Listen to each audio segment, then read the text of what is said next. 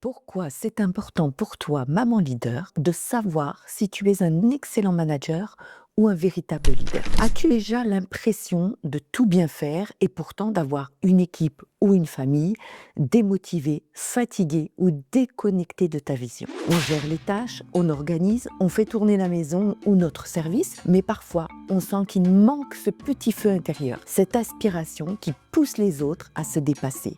C'est frustrant, n'est-ce pas? Parce qu'on donne tout, mais on n'a pas toujours le retour espéré.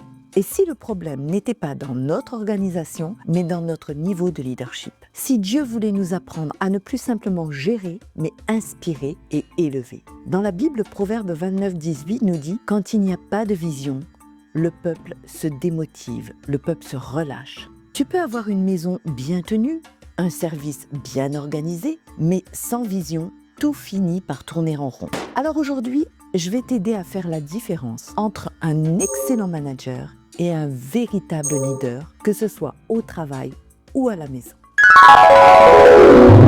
Reste bien avec moi jusqu'à la fin, je vais te donner des clés précieuses. Clique sur le lien et télécharge ton guide offert.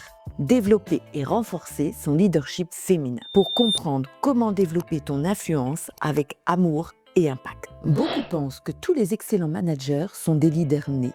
Mais ce n'est pas toujours le cas. En réalité, cette idée fausse peut engendrer de nombreux problèmes. Un excellent manager peut être formidable pour organiser des projets, gérer des équipes, mais avoir du mal à inspirer ou à motiver les autres. Un manager veille à ce que tout soit fait, à ce que les tâches soient accomplies, les détails respectés et que l'équipe travaille efficacement.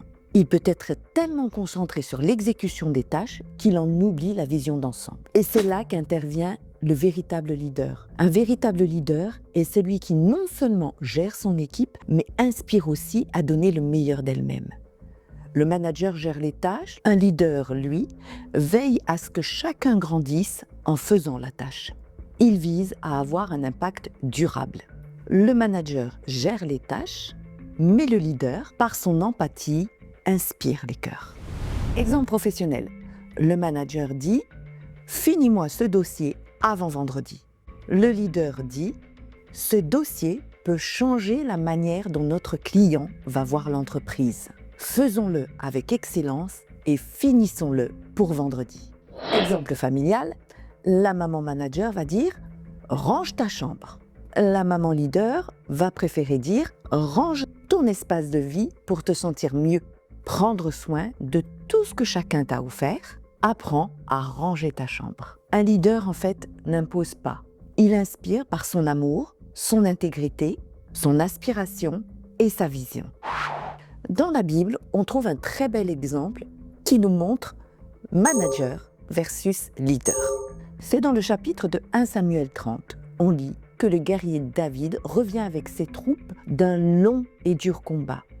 Et quand il arrive au village, ses ennemis sont venus pendant qu'il était absent. Ils ont tout brûlé et ils ont amené captifs les femmes et les enfants. David et ses hommes déjà exténués pleurent et crient à Dieu. David se relève. Il consulte Dieu et Dieu lui-même lui dit d'aller combattre et qu'il récupérerait tout ce qui lui avait été volé. David part donc avec 400 hommes. Mais au milieu du chemin, 200 étaient vraiment trop fatigués pour pouvoir continuer. David leur dit donc de s'arrêter au bord du fleuve et de les attendre. Il partit donc se battre avec la moitié de ses hommes, c'est-à-dire 200. Ils battirent les ennemis et ils ramenèrent le butin, les femmes et les enfants sains et saufs. On nous dit ensuite que certains des hommes qui étaient allés se battre avec David lui dirent « Puisqu'ils ne sont pas venus avec nous, nous ne leur donnerons rien de ce que nous avons ramené à part leurs femmes et leurs enfants. Qu'ils les prennent,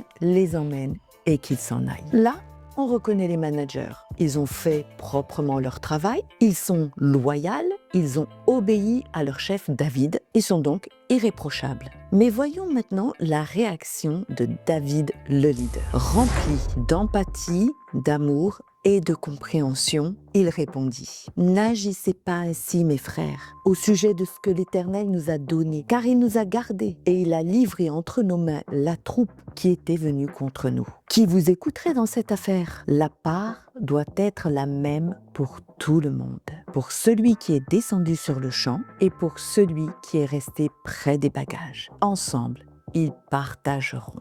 Et le plus beau verset qui démontre l'impact du leadership bien au-delà de son environnement, verset 25, « Il en fut ainsi dès ce jour et dans la suite. Et l'on a fait de cela jusqu'à ce jour une loi et une coutume en Israël. » Incroyable quand même. Incroyable la portée du leadership de David. Reste encore avec moi, je vais te donner des exercices très concrets pour ton leadership. Voici donc les 4 étapes clés pour passer de manager à leader, que tu sois au travail ou à la maison. 1. Écoute avant d'agir. Prends le temps de comprendre les besoins et les émotions de ton équipe ou de ta famille, de tes enfants. Dans Proverbe 19:13, il est écrit « Celui qui répond avant d'avoir écouté fait un acte de folie et s'attire la confusion. » Deuxième clé, explique pourquoi les choses sont importantes et pas seulement ce qu'il faut faire. Exemple, on ne fait pas ce repas en famille juste pour manger. On fait ce repas en famille pour partager, pour échanger, pour nourrir notre unité familiale. Troisième clé, sois cohérente et intègre. Dis ce que tu fais, mais fais ce que tu dis. Dans Proverbe 19, celui qui marche dans l'intégrité marche dans la sécurité. 3. Encourage et valorise. Célèbre les progrès, même les petits. Les leaders ne réprimandent pas seulement, ils encouragent et ils révèlent le potentiel des autres. 4. Astuce bonus.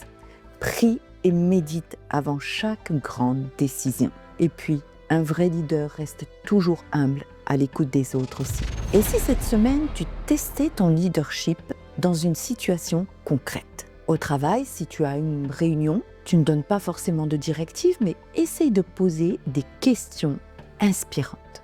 En famille, choisis un moment de tension et transforme-le en opportunité de croissance. Par exemple, à un enfant, au lieu de lui dire « Fais attention, tu as encore oublié », essaye plutôt de lui dire « Qu'est-ce que tu pourrais mettre en place comme méthode pour ne plus oublier ?» Et ensuite, observe la différence dans leur réaction.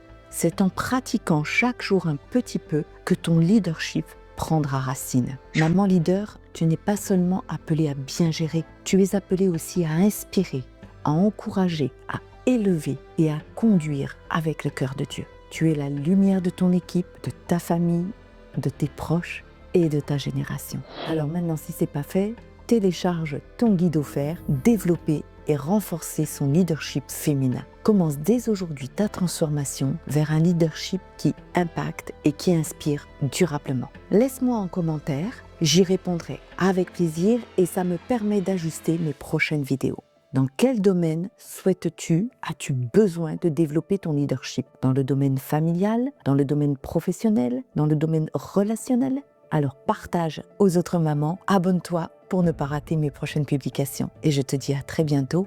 Sois